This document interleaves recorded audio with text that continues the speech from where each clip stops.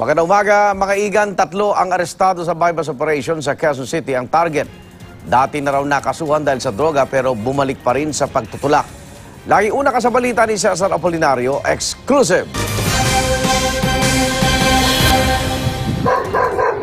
Sabay sa barangay San Bartolome, nakipagtransaksyon ng umano'y tulak na si alias Alan Sputnik.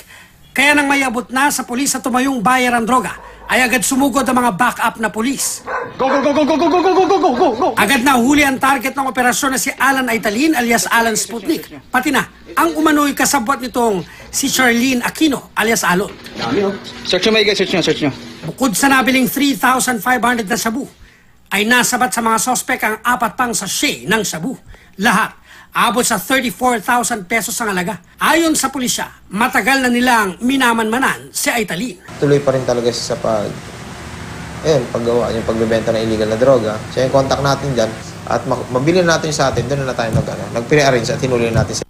Bukod kina Aitalin at Aquino, ay arestado rin ang umano'y scorer ng droga na si Marites Dairo. Sa investigasyon ay nalamang nahuli at nakasuhan na dahil din sa droga sina Aitalin at Aquino, habang si Dairo ay baguhan lang sa kalakaran ng droga sa kanilang barangay. Dati na nating nahuli ito at nagpatuloy sa pagbebenta at syempre sa tulong ng ating mga concerned citizen, nakapag-operate tayo at nahuli natin itong mga ito.